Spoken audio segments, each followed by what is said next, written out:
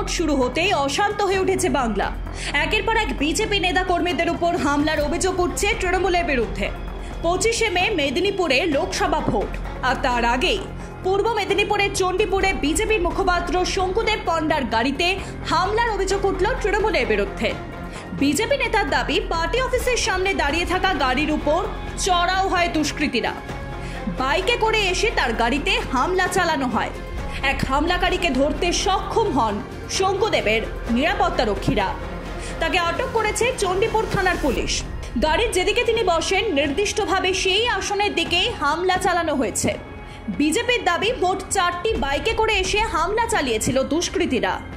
এই ঘটনাকে কেন্দ্র করে উত্তেজনা ছড়িয়ে পড়ে এলাকায়, যদিও এই হামলায় তৃণমূলের কেউ জড়িত নয় বলে দাবি স্থানীয় নেতৃত্বে।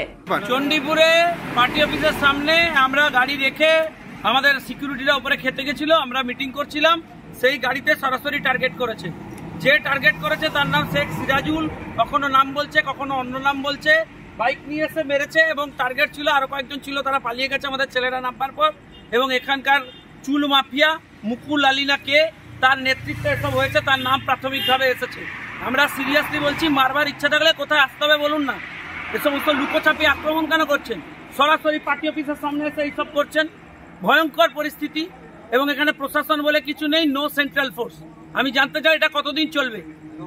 এই জিনিসটা বন্ধ করবেন নাকি আমরা স্পেসিফিক্যালি পুলিশের এগেনস্টে ইলেকশন কমিশনে যাব? যাকে অ্যারেস্ট করে আমরা হ্যান্ড ওভার করে দিয়েছি, তাকে কোনো ইন্টারোগেশন নেই, অ্যাকশন নেই। এই মুকুল আলীদের গুন্ডামোর আমরা শেষ দেখে ছাড়বো, এভাবে আমাদের আটকানো যাবে না। অন্যদিকে দলীয় পতাকা লাগানো নিয়ে বিজেপি নেতা সহ 3 জনকে মারধরের অভিযোগ উঠল তৃণমূল কর্মীদের বিরুদ্ধে। বুধবার বিকেলে ঘটনাটি ঘটেছে হাবড়ায়। অভিযোগ, এলাকায় বিজেপির পতাকা লাগানোর সময় কয়েকজন এসে তাদের উপর বাঁশ, লাঠি ও রড নিয়ে হামলা চালায়। 3 জনকে জখম অবস্থায় হাবড়া স্টেট জেনারেল হাসপাতালে নিয়ে যাওয়া হয়। 2 জনকে প্রাথমিক চিকিৎসার পর ছেড়ে দেওয়া হলেও একজনের অবস্থা আশঙ্কাজনক। বারাসাত মেডিকেল কলেজ ও হাসপাতালে চিকিৎসাধীন তিনি। এদিকে এই হামলার অভিযোগ অস্বীকার করেছে শাসক দল। এছাড়াও মন্তেশ্বরের জামরা অঞ্চলের সেলের গ্রামে 164 নম্বর বিজেপির বুথ এজেন্টকে মেরে ঝুলিয়ে দেওয়ার অভিযোগ উঠল তৃণমূলের বিরুদ্ধে। বিজেপির অভিযোগ, ভোটের আগের দিন মৃত বিজেপি কর্মী অভিজিৎ রায়কে হুমকি দেওয়া হয়েছিল। ভোটের পর এলাকায় বিজেপি জিতেছে তা বুঝতে পেরে পরিকল্পনা করেই অভিজিৎকে খুন করা হয়েছে। এই ঘটনার প্রতিবাদে বিজেপির তরফে মন্তেশ্বর থানায় বিক্ষোভ দেখানো হয়। কেশপুরে আক্রান্ত বিজেপির মণ্ডল সভাপতি। এই ঘটনাতেও অভিযোগের তীর শাসক দলের দিকে। বুধবার সন্ধ্যায় কেশপুর 14 নম্বর অঞ্চলের ঝেতলার কুশপাতায় বিজেপির একটি বৈঠক ছিল। সেখানেই যোগ দিতে বাইকে করে যাচ্ছিলেন বিজেপির কেশপুরের ব্লকের 4 নম্বর মণ্ডল সভাপতি শুভেন্দু সামন্ত। অভিযোগ, তৃণমূল আশ্রিত দুষ্কৃতীরা তাকে বাইক থেকে ফেলে লাঠি, মাছ দিয়ে বেধড়ক মারধর করে। কপালে পিস্তল ঠেকিয়ে ভয় দেখানো হয়। এরপর খবর পেয়ে বাকি বিজেপি কর্মীরা ঘটনাস্থলে পৌঁছলে দুষ্কৃতীরা পালিয়ে যায়। গুরুতর জখম অবস্থায় তাকে মেদিনীপুর হাসপাতালে ভর্তি করা হয়।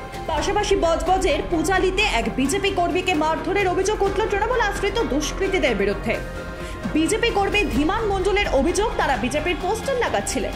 সেই সময় 3 নম্বর ওয়ার্ডের প্রাক্তন কাউন্সিলর চিন্ময় বারুই তাদের গালিগালাজ করে। এরপর বিজেপি কর্মীরা সেখান থেকে 4 নম্বর ওয়ার্ডে গিয়ে পোস্টার লাগাতে শুরু করে।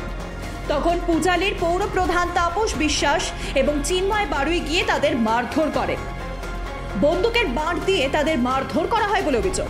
এরপরই ডায়মন্ড হারবারের বিজেপি প্রার্থী অভিজিৎ দাস পূজালি থানায় এই ঘটনায় অভিযোগ দায়ের করেন। Bureau report, Ritam Bangla.